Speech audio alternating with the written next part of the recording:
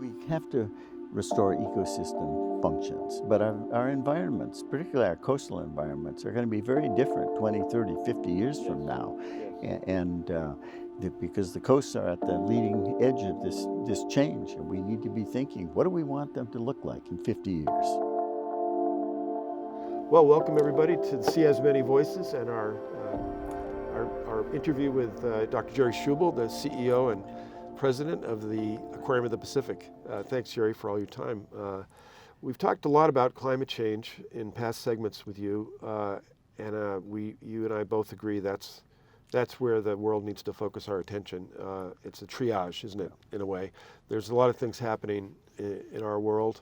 Our massive and rapid industrialization has resulted in many unintended consequences, of which global warming is one. But there are others that have attention.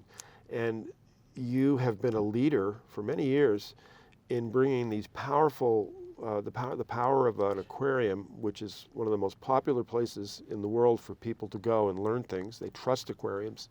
There's science showing that. And it's the animals, really, at the end of the day, isn't it? It's about the animals that draw people in. Yes. And these animals are kept here. And one thing people don't realize in an aquarium is that the amount of work that goes into this. It's like, somebody once said it would be like, like art aquariums. I mean, art museums have paintings on the wall and sculptures here and there. And it would be like, imagine going into an art museum and feeding and cleaning and moving around every painting and every sculpture every day, 5 or 6 times. Can you give our listeners, maybe we'll do a cutaway here, of a glimpse of what happens at the Aquarium of the Pacific behind the scenes? I mean, just like what's a day in the life? Well, these are relatively modest-sized institutions, but they're very complex because we have to feed all the animals. So we've got a food service for animals and for people. We've got a hospital for animals in which we provide both preventative and restorative medicine to the 11 or 12,000 animals that we have. You have 11 or 12,000 different species here? Not different species. No. Okay. Animals, okay. And so these are complex organizations. But basically, you're right. It's the animals that bring people in. They're the bait to get them in here. There's a wonderful Russian proverb. It says, it's not the horse that pulls the cart, it's the oats. And the oats in an aquarium are the live animals. But then you've got the cart.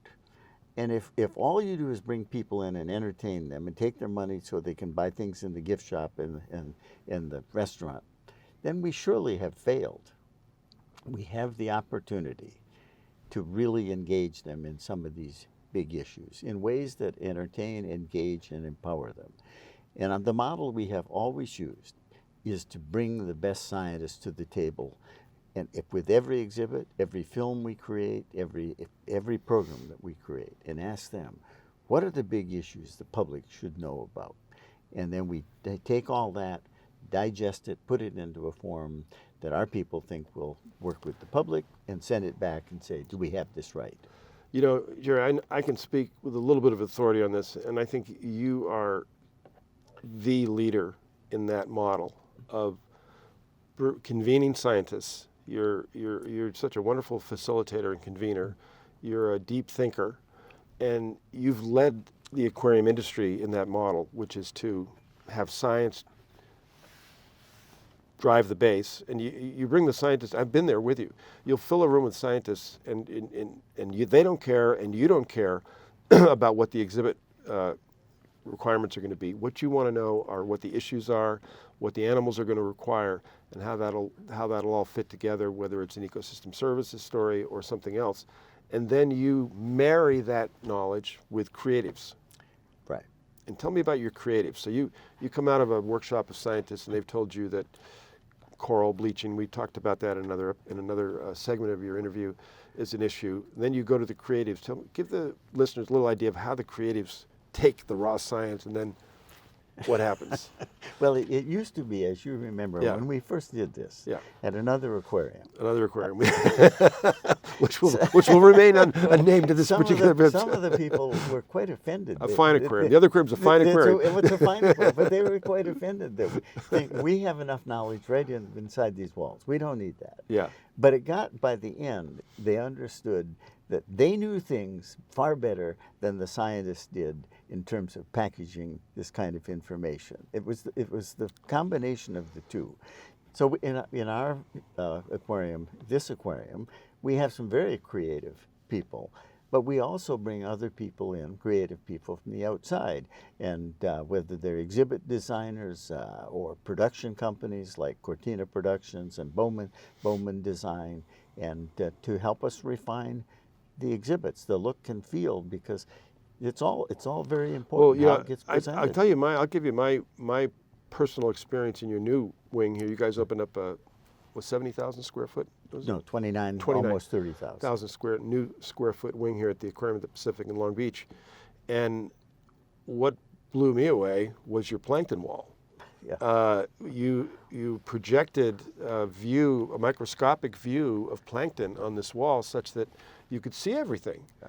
And I know that I'm a specialist, so you have to keep that in mind, but I've never seen anybody who engage people in plankton like that wall that you have anywhere else. And that was a studio out of Europe, Convivial Studios, and Yeah. now they work closely with our people. But that was a very creative one. It was a very creative and idea. also on the other side of that room, which is an art gallery, a permanent art gallery, we wanted something for blind people that dealt with coral reefs. So that gallery focuses on plankton at the base of the food chain, and then also coral reefs, because they're kind of the canary in the mine. And there's an entire wall so that if you were blind, it replicates the textures and the structures of coral reefs, and you can run your hand over it and get a good feel for what it's like. So I think the excitement in all of this is when you bring smart, creative people with different perspectives together and develop something that no one person or two persons could do alone. And I like, there's a phrase, creative abrasion.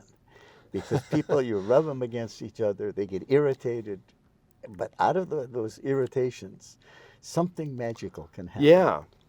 God, you got the best quotes. The quote you taught me many years ago was, you probably remember it better than me, but it had to do with the decisions we make now will have implications for thousands of years, more than any other decision humanity has made in the past. Do you remember that one? I don't remember that. Okay. Well, synthesizing these things is an important part of what you do, what the Aquarium of the Pacific does, whether it's quotes, as you've just been doing, or whether it's these exhibits. You really operate at a nexus, I think, between the operating world out here on the one hand, where we're also at. It's important, I think, to mention that we are at one of the most busiest ports in the world, aren't we? Yep. Long Beach and Los Angeles are the largest ports in the United States. They account for almost 50% of all the finished goods that come into the U.S. from all ports. Right, so it's a very busy port out here. It's a beautiful place to live. There's a lot of people that live here, and there's a lot of ocean, and the Aquarium of the Pacific is interpreting for that busy civilization out there the natural environment upon which everything depends. Now, you're not saying what everybody's doing is bad by any means. In fact, we all need it. We want it. Humans have become part of the Earth-ocean atmospheric system. And a dominant part. And a dominant part. And we need to manage our dominance such that the things that we're dominating, that they actually give us things in services, benefits to humanity.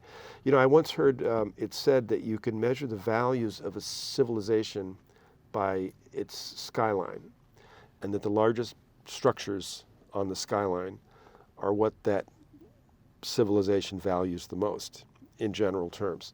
And if you look back in time, what did we start out with? Castles. So that meant you valued hereditary power and military activity. And then churches popped into the picture, and suddenly churches were the biggest thing on the skyline.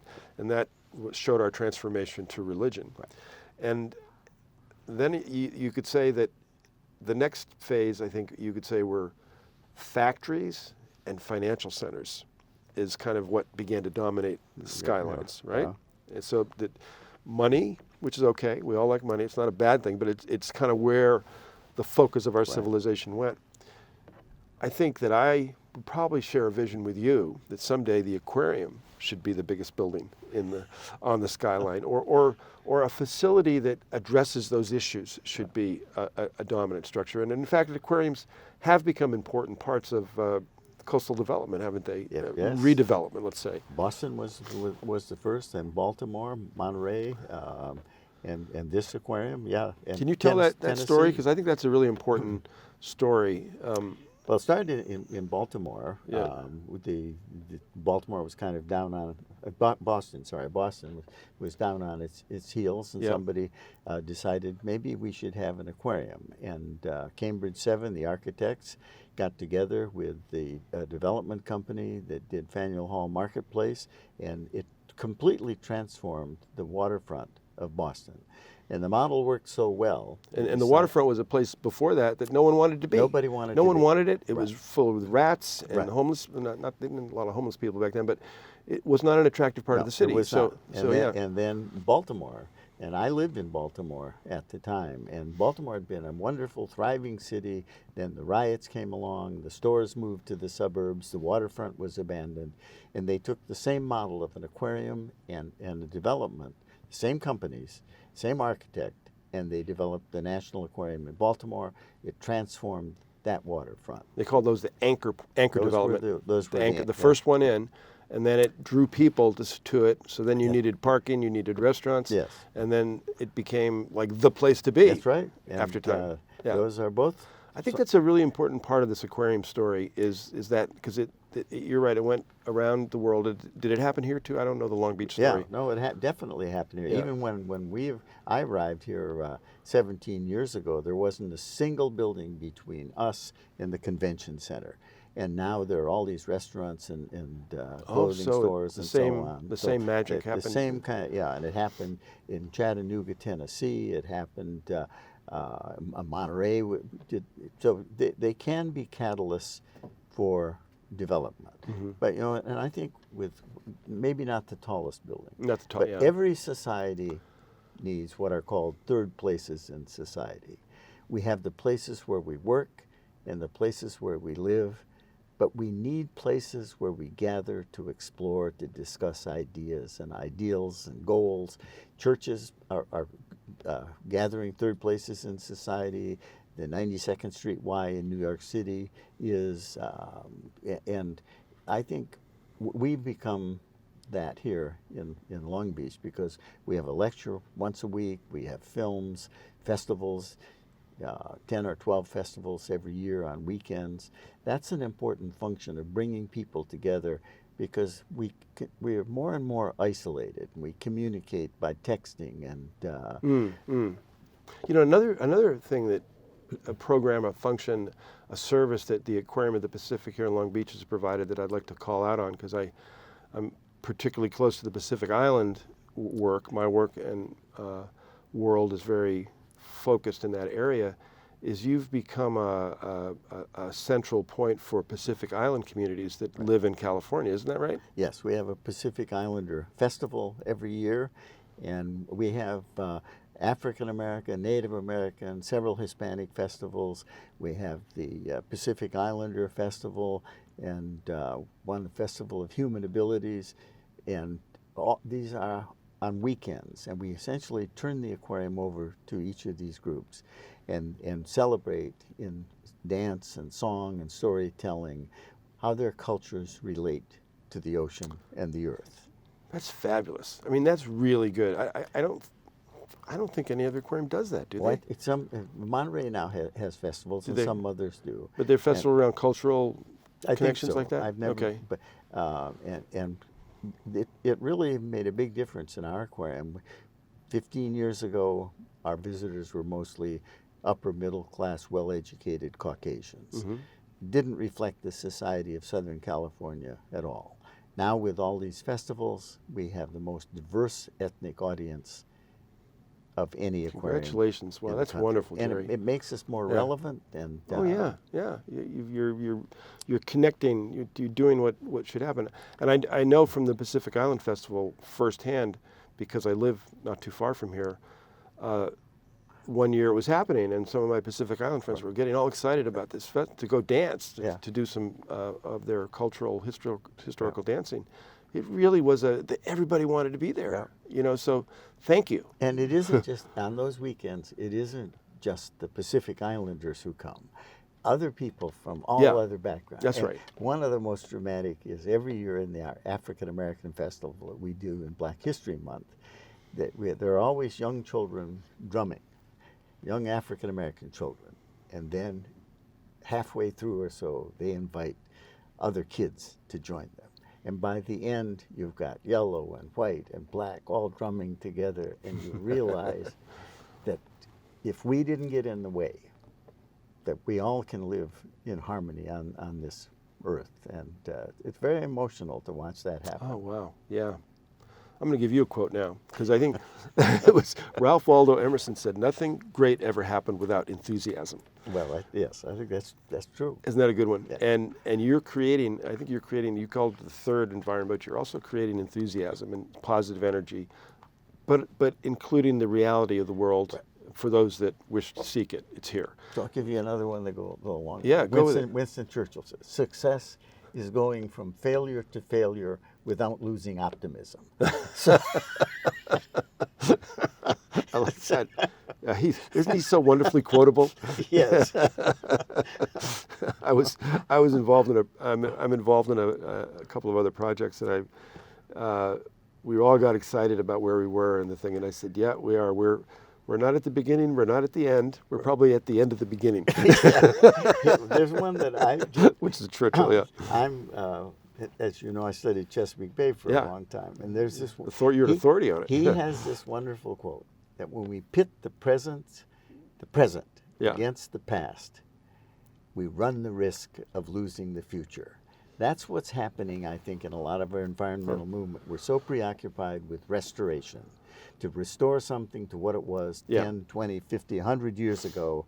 We're losing sight of the future, and we can't restore to something that's gone. I'm in complete alignment with you on that, Jerry. I've even come up with my own term for it. I think that we suffer from what I call wilderness guilt. That we, as a civilization, have destroyed a lot of wilderness, the way the earth was before we arrived. And we have this guilt that we have to restore it for some reason. And I think we certainly want wilderness. Yes. I'm not saying we don't want wilderness. I love wilderness. I've had more than my fair share of it, from Antarctica to the equator. But we don't need to restore things to the way they were. We need to create and restore them to the way they will take us into the future in a sustainable, regenerative way. Right. And being able to let go of that obligation a lot of people feel about restoration and wilderness, I think, is an important step. And that Churchill quote, was that Churchill? Yeah, it was Churchill. Okay, I'm gonna use that one. And we have to restore ecosystem functions, but our environments, particularly our coastal environments, are going to be very different 20, 30, 50 years from now. Yes. And because the coasts are at the leading edge of this change, and we need to be thinking, what do we want them to look like in 50 years? I was involved, and you were too, at some extent, with the creation of the Ocean Health Index a few years ago, and that was originally a construct that Bill Wrigley, he ran the Wrigley Gum Company at the time, became a good friend of mine, and we collaborated on trying to find solutions. And Bill asked for a metric on how to measure ocean health, because he wanted to invest philanthropically to improve ocean health. And I said, "Oh, fine, there must be one out there somewhere." And I looked around, and there wasn't. We just had an array of measurements for the ocean, from temperature to pH to numbers of fish. So we sat down and spent a lot of time creating an index that combined a lot of data sets to measure ocean health. And there was a moment where we had to define a healthy ocean. And 98% of the scientists, we involved a lot in it, and you were one of them, thought that a healthy ocean was an ocean that would deliver benefits to people on a sustainable way now and into the future, and that we were part of the ocean ecosystem now. We weren't looking for a pristine ocean. But we had a few scientists who just could not let go of the ocean of 1,000 years ago, and that was their goal, was to return the ocean today to what it was like 1,000 years ago, which is, it's not only impossible, it's also impractical, and it doesn't do anything for people or make any sense. So we have become, this is the thing that people have to get, we have become part of the ocean ecosystem. So as you look at a coastline, and if you see a fishing village, and maybe you see an aquaculture pen, and maybe you see a hotel even, if those activities are functioning in a way that does not degrade the ocean, in fact, they should all be improving the ocean somehow. That's regenerative development. It's okay. That's the new natural. That's right there. Right. I totally agree. I think, and we are part of nature, and as you say, we've come to dominate it. And as Stuart Brand has said, we are gods. We might as well get good at it. I think that is we are gods. We might as well get good at it. That's a good one. That's a great one to I think bring this part of our discussion to a conclusion, Jerry. You've really inspired me, as you always do. Thank you. Thank you, Greg. I enjoyed being with you. Yeah, me too.